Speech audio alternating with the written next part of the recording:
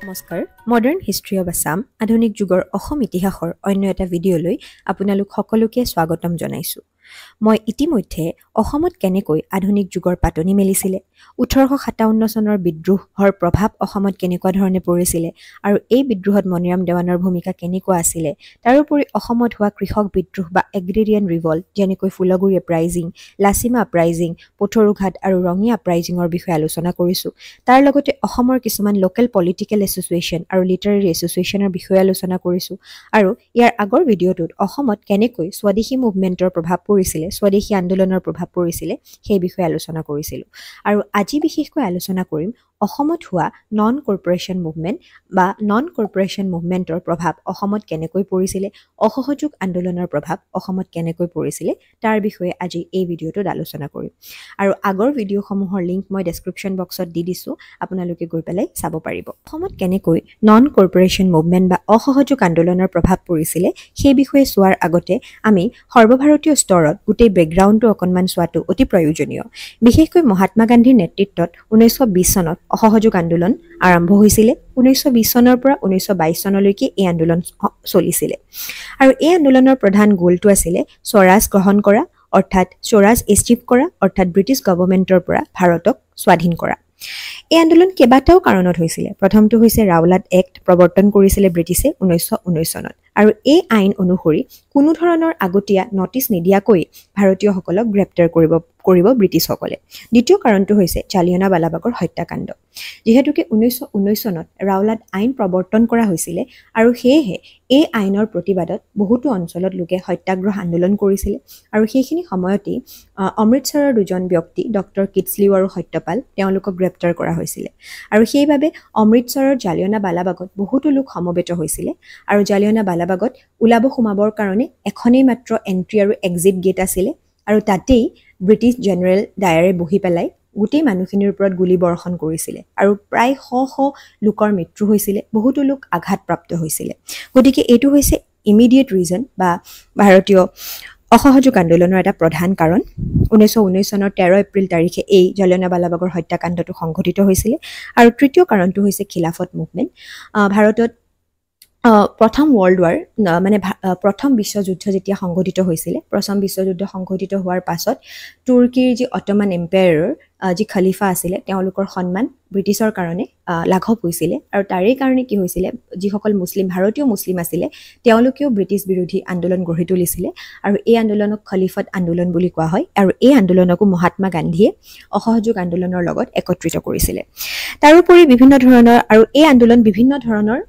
আন্দোলনটো বিভিন্ন ধৰণে তেওঁলোকে আগুৱাই নিছিলে, কোনো ধৰণৰ হিংসাত্মক কাৰ্যসূচী সংঘটিত নকৰাকৈ, যেনেকৈ ব্ৰিটিছৰ যিবিলাক গুডছ, ব্ৰিটিছৰ যিবিলাক বস্তু সেই বস্তুবিলাক তেওঁলোকে বৰ্জন কৰিছিলে, ব্ৰিটিছৰ যিবিলাক ইনষ্টিটিউশ্যন হয় স্কুল কলেজ সেইবিলাক বৰ্জন কৰিছিলে আৰু অসহযোগ আন্দোলনে সৰ্বভাৰতীয় পৰ্যায়ৰ বাকী যিবোৰ ফিউচাৰৰ মুভমেণ্ট আছিলে, যিবিলাক ভৱিষ্যতৰ আন্দোলন আছিলে তাৰ কাৰণে এটা ভেটি সুদৃঢ় কৰি দিলে বা ভেটি গঠন কৰি দিলে। এতিয়া লাহে লাহে যিসকল ভাৰতীয় আছিলে তেওঁলোকে নিজৰ ব্ৰিটিছসকলে যিবোৰ টাইটেলছ দিছিলে সেই যিবোৰ উপাধি সেই উপাধিবিলাক তেওঁলোকে বৰ্জন কৰিছিলে। তাৰোপৰি তেওঁলোকে ব্ৰিটিছক যি ইমান দিনে কৰ পে' কৰি আহিছিলে, টেক্স পে' কৰি আহিছিলে, সেয়া পে' কৰাও তেওঁলোকে এই আন্দোলনত বন্ধ কৰিছিলে। কিন্তু এই আন্দোলনৰ মেইন মটটো আছিলে যে কোনো ধৰণৰ ভায়লেন্স বা হিংসাত্মক কাৰ্য সংঘটিত নকৰাকৈ মহাত্মা গান্ধীয়ে শান্তিপূৰ্ণভাৱে আন্দোলনটো নেতৃত্ব দিব। কিন্তু চৌৰাচৌৰিত এটা হিংসাত্মক কাৰ্য সংঘটিত হৈছিলে 1922 চনত আৰু তাৰ লগে লগে সৰ্বভাৰতীয় পৰ্যায়ত এই আন্দোলনটো বন্ধ কৰি দিয়া হয়। বহুতো লোকে এই আন্দোলনটো বন্ধ কৰি দিব বিচৰা নাছিলে যদিও মহাত্মা গান্ধীয়ে এই আন্দোলনটো বন্ধ কৰি দিয়ে, কাৰণ ভায়লেন্স হয়, হিংসাত্মক কাৰ্য সংঘটিত হয়। আৰু তাৰপিছত লাহে লাহে ভাৰতীয়সকলে নিজকে আৰু ভালকৈ ইউনাইট কৰিবলৈ আৰম্ভ কৰে আৰু যি ভাৰতৰ জাতীয়তাবাদ নেশ্যনেলিজিম তাক আৰু বেছি শক্তিশালী কৰিবলৈ চেষ্টা কৰে। এতিয়া চাওঁ অসমত এই আন্দোলনৰ প্ৰভাৱনো কেনেকৈ পৰিছিলে। অসমত অসহযোগ আন্দোলনৰ প্ৰভাৱ অতি সুদৃঢ় আছিলে।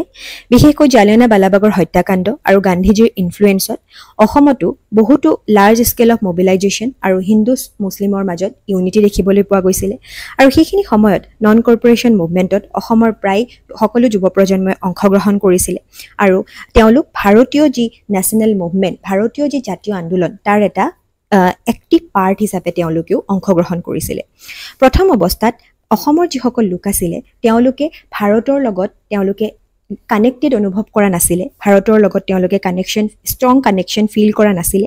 কিন্তু লাহে লাহে তেওঁলোকে যেতিয়া অনুভৱ কৰিব পাৰিলে যে অসমৰ দৰে ভাৰতৰ প্ৰায় সকলোবিলাক জেগাতেই ব্ৰিটিছসকলে মানুহক এক্সপ্লইট কৰিছে ব্ৰিটিছসকলে মানুহক শোষণ কৰিছে তাৰ পাছত তেওঁলোকো লাহে লাহে ভাৰতৰ যি সৰ্বভাৰতীয় পৰ্যায়ৰ যি নেশ্যনেল মুভমেণ্ট জাতীয় আন্দোলন তাৰ এটা পাৰ্ট হিচাপে তাৰ এটা অংশ হিচাপে অসমো সুদৃঢ় হয়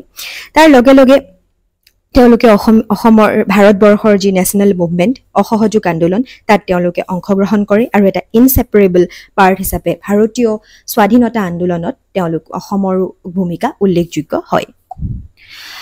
অসম এছ'চিয়েশ্যনে ডিষ্ট্ৰিক্ট লেভেলত সেইখিনি সময়ত নগাঁও শিৱসাগৰ যোৰহাট ডিব্ৰুগড়ত মিটিং কৰে এনচি বৰদলৈ অৰ্থাৎ নবীন চন্দ্ৰ বৰদলৈ অসম এছ'চিয়েশ্যনৰ জেনেৰেল ছেক্ৰেটাৰী আছিলে চন্দ্ৰনাথ শৰ্মা তৰুণৰাম ফুকন এওঁলোকেও ভাৰতীয় লোকসকলৰ মাজত অসমৰ লোকসকলৰ মাজত যি অসহযোগ আন্দোলন সেই অসহযোগ আন্দোলনৰ বিষয়ে তেওঁলোকে প্ৰচাৰ আৰু প্ৰসাৰ কৰিবলৈ আৰম্ভ কৰে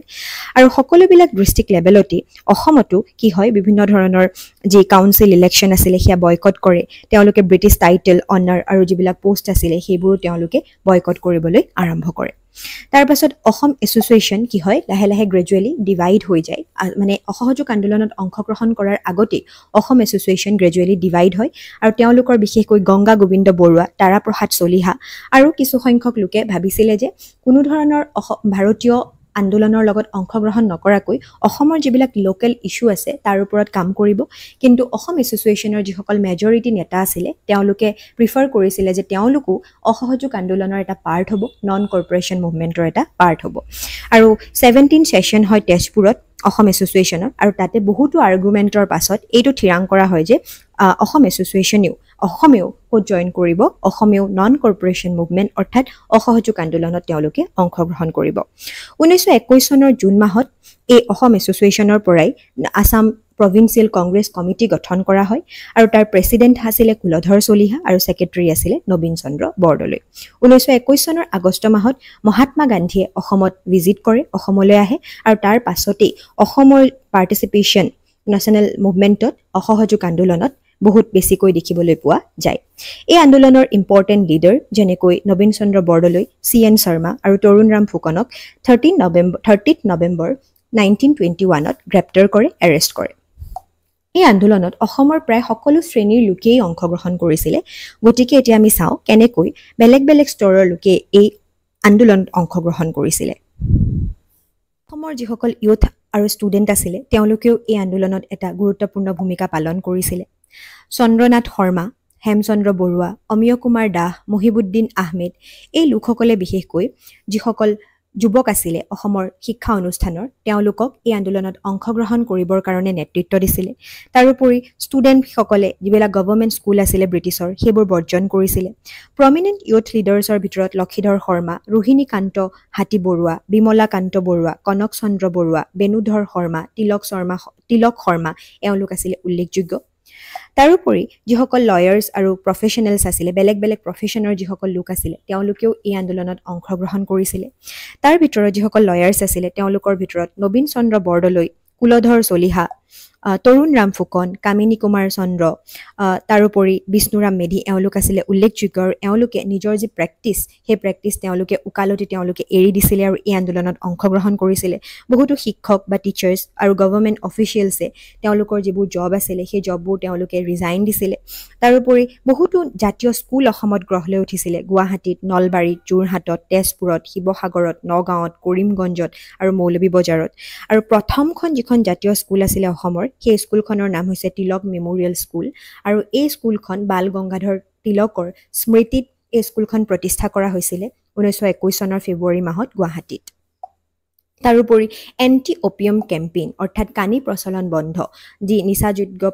নিচাজাতীয় পদাৰ্থ কানি সেই কানিৰ প্ৰচলন বন্ধ কৰিবৰ কাৰণে অপিয়ামৰ প্ৰচলন বন্ধ কৰিবৰ কাৰণে কেম্পেইন কৰা হৈছিলে খাদীৰ প্ৰমোশ্যন কৰা হৈছিলে আৰু অপিয়াম এণ্টি অপিয়াম কেম্পেইনৰ কাৰণে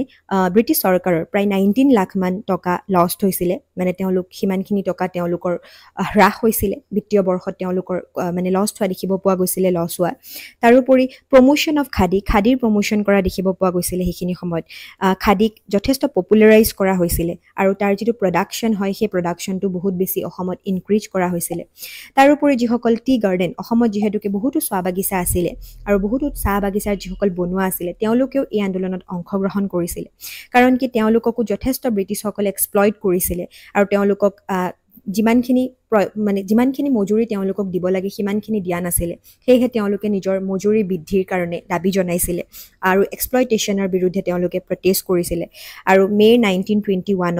৮,০০০ মান লেবাৰ চাহ বাগিচাৰ লেবাৰে 13খন গাৰ্ডেনৰ পৰা ওলাই আহিছিলে বিশেষকৈ চৰগোলা আৰু লংগাই উপত্যকা বা লংগাই ভেলী কৰিমগঞ্জৰ তাৰ পৰা প্ৰায় ৮,০০০ লেবাৰ ওলাই আহিছিলে আৰু তেওঁলোকে ব্ৰিটিছৰ বিৰুদ্ধে আন্দোলন কৰিছিলে আৰু তেওঁলোকে ধ্বনি দিছিলে শ্লোগান দিছিলে গান্ধী মহাৰাজ কি জয়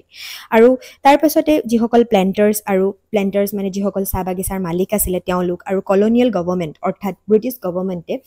সেই চাহ বাগিচাৰ বনুৱাসকলক ছাপ্ৰেছ কৰিবৰ কাৰণে চেষ্টা কৰিছিলে বহুতো লোকক হত্যাও কৰা হৈছিলে আৰু তাৰোপৰি তেওঁলোকক জোৰ জবৰদস্তি কি কৰা হৈছিলে বাগিচালৈ উভতি যাবলৈ বাধ্য কৰোৱা হৈছিলে